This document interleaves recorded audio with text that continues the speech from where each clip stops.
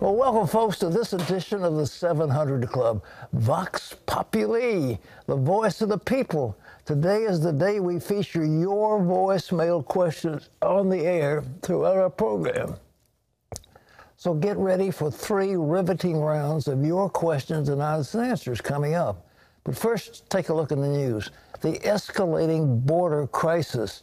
A surge of up to 1,000 migrants a day crossing the border. Hundreds of them violent criminals. So what's being done to try to stop them? Here's Ephraim Graham. Pat, border officials arrested and encountered more than 100,000 migrants at the southern border in the last 4 weeks. That's the most for the month of February in the past 5 years. About 700 to 1,000 people are illegally crossing the border every day. Most are single adults, but the numbers of families and children are also increasing. Agents are now holding more than 3,200 unaccompanied minors in facilities similar to prison cells, which are not intended for children. Tuesday, Texas Governor Greg Abbott declared a crisis on the border, pointing the finger at the Biden administration. This crisis is a result of President Biden's open border policies. It invites illegal immigration and is creating a humanitarian crisis in Texas right now that will grow increasingly worse by the day. Abbott claims the surge is from ending Trump-era policies of returning people who cross the border illegally, as well as making asylum seekers wait in Mexico. He also said Border Patrol agents captured 800 criminals since the beginning of the year. Meanwhile, Florida Attorney General Ashley Moody is suing the administration for policies ending the deportation of violent felons.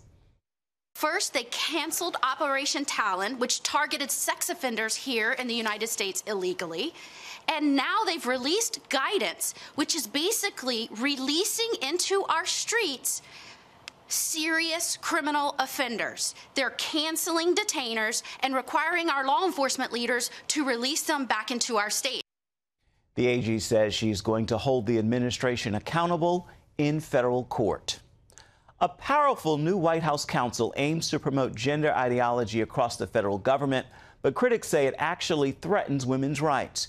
Jennifer Klein, the new head of the Gender Policy Council, says it will promote gender and gender identity. Critics say it's based on a confusing and harmful new social construct, which could abruptly end advances for women and girls by allowing boys and men to change their gender identity at will.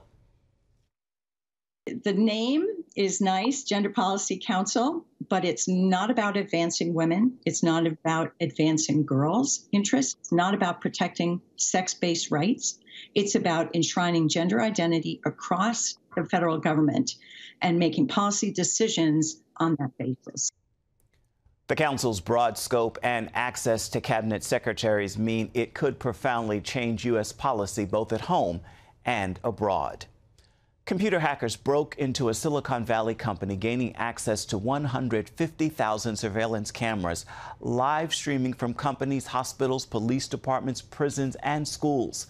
The hackers launched the attack to show how widespread video surveillance is worldwide and how easy it is to break into systems and to gain access. One video reportedly shows staffers tackling a patient and pinning him to a bed in a Florida hospital. Another shows Tesla workers on an assembly line in Shanghai, China. Pat? Well, thank you for those.